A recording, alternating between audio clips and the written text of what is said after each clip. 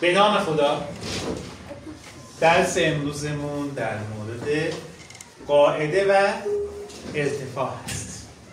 این درس خیلی مهمه چون برای یادگیری قسمت مساحت مثلث و متوازی الاضلاع به دردمون خواهد خورد.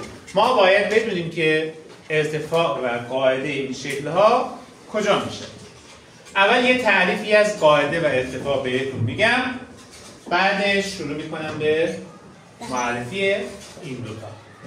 ببینید ارتفاع یعنی چی؟ اول میخوام ارتفاع رو براتون توضیح بدم. ارتفاع یک پاره خطیه که از رأس زاویه به ضلع روبرو یا به امتداد اون کشیده میشه. حالا یعنی چی؟ الان توضیح خواهم داد. ببینید گفتیم یک پاره خطیه از رأس زاویه کشیده میشه. رأس کجاست؟ یعنی این قسمت ها. نگاه کنید این قسمت ها رأس دیگه، درسته؟ از رأس کشیده میشه و به ضلع روبرو ادامه پیدا میکنه. یعنی به ضلع روبرو کشیده میشه. این میشه ارتفاع. حالا قاعده چیه؟ قاعده به ضلعی گفته میشه که ارتفاع به روی اون عمود رسم میشه. خب پس قاعده به جایی گفته میشه، به ضلعی گفته میشه که ارتفاع تا اونجا به صورت عمود رسم میشه. حالا میخوایم قاعده و ارتفاع این مثلث و متوازی الاضلاع رو پیدا کنیم. شروع میکنیم به کار. ببینید ما گفتیم که ارتفاع از کجا کشیده میشه؟ از رأس زاویه. خب اینجا رأسه، اینجا هم رأسه، اینجا هم رأسه. ما از هر رأس چند تا میتونیم خط عمود رسم کنیم؟ یه دونه. نگاه کنید روبروی این فقط یه دونه ضلع وجود داره دیگه. پس از اینجا میتونیم یه دونه ارتفاع به این قاعده رسم کنیم. اینجا هم میشه قاعده. خب یا از اینجا میتونیم فقط به اینجا بکشیم، از اینجا هم میتونیم به ضلع روبروش بکشیم. خب ارتفاع به ضلع روبرو کشیده میشه بچه‌ها. یعنی در واقع این شکل ما سه تا ارتفاع خواهیم داشت. حالا بریم اینا رو رسم کنیم. من اگر اینا اینجوری رسم کنم به نظرتون درسته؟ خیلی. چرا؟ چون این عمود نمیشه 90 درجه درست نمیشه. تو میگی آقا من هر کاری بکنم از اینجا نمیتونم که به این 90 درجه بکشم. نمیشه. درسته؟ پس چی کار کنم اینجا؟ چجوری رسم کنم؟ من میام میگم که آقا مگه این قسمت خودش 90 درجه نیست؟ خب پس نتیجه میگیرم که ارتفاع اینجا میشه همین ضلع، اینجا میشه ارتفاعش. خب این قاعده ماست، این هم میشه ارتفاعش. چرا؟ چون اینجا 90 درجه درست کردم. پس اولین ارتفاع رو پیدا کردم بچه‌ها. ارتفاع میشه اینجا، این ضلعش میشه، این یه دونه. حالا میام میگم که آقا از این رأس میخوام به ضلع مقابل یک ارتفاع رسم کنم. چیکار کنم؟ میگم که آقا من اینجوری رسم کنم، آیا اینجا 90 درجه درست میشه؟ بله. پس یه ارتفاع هم پیدا شد. این میشه ارتفاع، این هم میشه قاعده. فهمیدی؟ این 90 درجه باید باشه ها. گفتیم که ارتفاع یه پاره خطیه از رأس به روی ضلع روبروش کشیده میشه که اون ضلع روبروش هم میشه قاعده. پس این یه دونه ارتفاع. یکیش هم که گفتیم از اینجا تا اینجا کشیدیم. بذار پررنگش کنم این مشخص بشه. یه دونه دیگه مونده، باید از اینجا هم بکشیم آخه. درسته؟ و مال این کجا میشه؟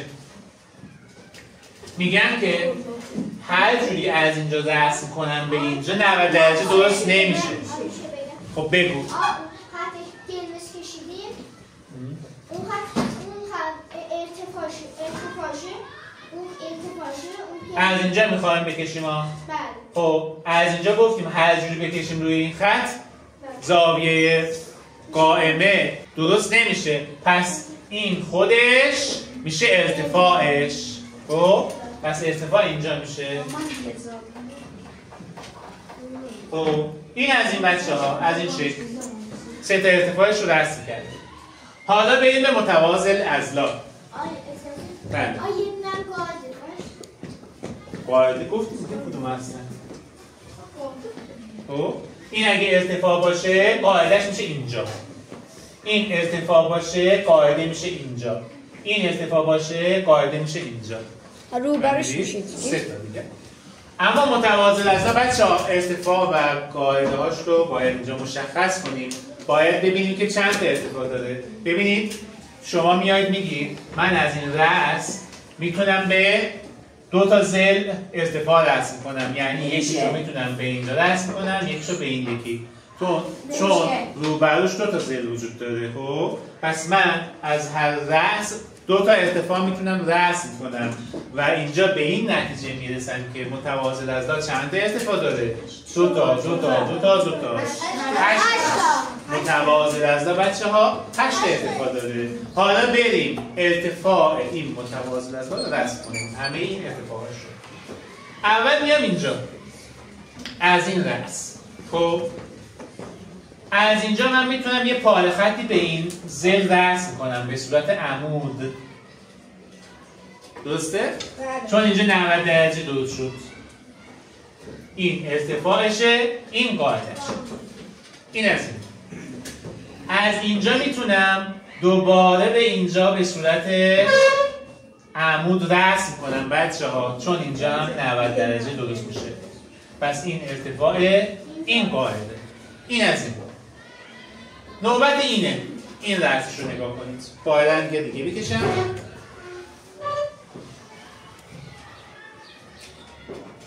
ببینید بچه ها از این رأس دو تا ارتفاع میشه رسم کرد. یکیش رو میتونم به ضلع روبروش رسم کنم. ببین 90 درجه درست شد. این ارتفاع، اینم قاعده. یکیش رو میتونم اینجوری رسم کنم چون 90 درجه درست میشه، عمود میشه به این ضلع. پس اینم یه ارتفاع. 4 تا ارتفاع رسم شد. حالا بریم سراغ این دو تا رسم. اینجاش یک کمی دقت کنید بچه‌ها. من میگم که آقا از اینجا من به اینجا چه جوری آخه رسم کنم ارتفاع؟ هر جوری بکشم ببین عمود نمیشه. اینجا یه زاویه تون داره، این ورش باز اینجا نشد. خب نه دیگه، به گوشه دیگه نمیشه کشید. میام میگم آقا مثل اون مثلث نشه این بشه ارتفاعش. میگم نه، چون اینجا یک زاویه باز درست شده. پس چیکار کنم؟ ببینید در تعریف ارتفاع گفتم ارتفاع پاره خطیه که به ضلع مقابل یا به امتداد آن رسم میشه. امتداد یعنی چی؟ مسئله اینجاست. من میام میگم اگر این ضلع رو ادامه بدم به این صورت میتونم راحت ارتفاعش رو رسم کنم.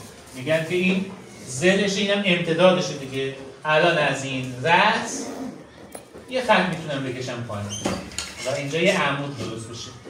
پس ارتفاع این اینجا میشه، ارتفاعش بیرون از شکلش میشه. حالا میگم که بله آقا شبیه سوسه نشد.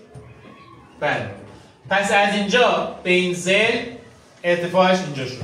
حالا باید یکیشم به اینجا بکشم بچه‌ها. میگم که اگه از اینجا بکشم دوباره نمیشه. اگه از این رأس به این ضلع روبرو بکشم بازم عمود نمیشه. پس چیکار کنم؟ میگم که میام همین ضلع رو ادامه میدم و یک پاره خط اینجا رسم میکنم که 90 درجه میشه، عمود میشه. پس یک ارتفاع هم اینجا شد، بیرون شد. خب حالا اینجا مون داخل دو تا هم باید از اینجا رسم کنیم. گوش کن خیلی مهمه اینا. از اینجا میخوام به این رسم کنم. درسته؟ از اینجا چجوری به اینجا رسم کنم؟ 90 درجه نمیشه. پس میام دوباره این زل رو ادامه میدم. ببین با سبز ادامه بدم. ببین مثل قبل قاطی نشه. خب الان بچه ها راحت میتونم ارتفاع بکشم برش. نگاه کن، چون گفتی باید عمود باشه، ارتفاعش باز بیرونه و از اینجا الان باید به این یک ارتفاع بکشم. این هم مثل همونه، از اینجا بکشیم 90 درجه نمیشه بچه ها. پس باید این زل رو هم امتدادش بدیم بره جلو. نگاه کن الان راحت ارتفاع رسم میشه. ببین از اینجا تا اینجا میشه 90 درجه. فهمیدی؟ الان ما برای این متوازن اضلاع 8 تا ارتفاع رسم کردیم و برای مثلث 3 تا ارتفاع رسم شد. حالا من یک مثلث دیگه هم میخوام رسم کنم و ارتفاع اونا رو پیدا کنم. چون اینجا بچه‌ها زاویه 90 درجه داشت، ارتفاعها همون زل‌ها شدن. اینو دقت کنید. بله. آقا میگن متوازی الاضلاع اونجا نمیشد اون یکی ارتفاعها رو مثل اون یکی بکشیم؟ نه دیگه، اینجا ارتفاعاش داخله چون تونستیم عمود رسم کنیم، ولی این ارتفاعهایی که بیرون افتادن ما نمیتونستیم که داخلش رسم کنیم. چرا نتونستیم؟ چون عمود نشدن، 90 درجه درست نشد. ما گفتیم که باید عمود رسم میشه این ارتفاع. یک مثلث دیگه بکشم من که قائم الزاویه نباشه. ارتفاعهای اینو بخوایم پیدا کنیم ببینید چجوری میشه. خب رنگ کنم بهتر دیده بشه. پس بچه‌ها این تعریف ها رو یادتون بمونه. ارتفاع پای خطیه که به ضلع روبروش یا امتدادش به صورت عمود رسم میشه و قاعده هم به ضلعی گفته میشه که ارتفاع به اونجا عمود شده.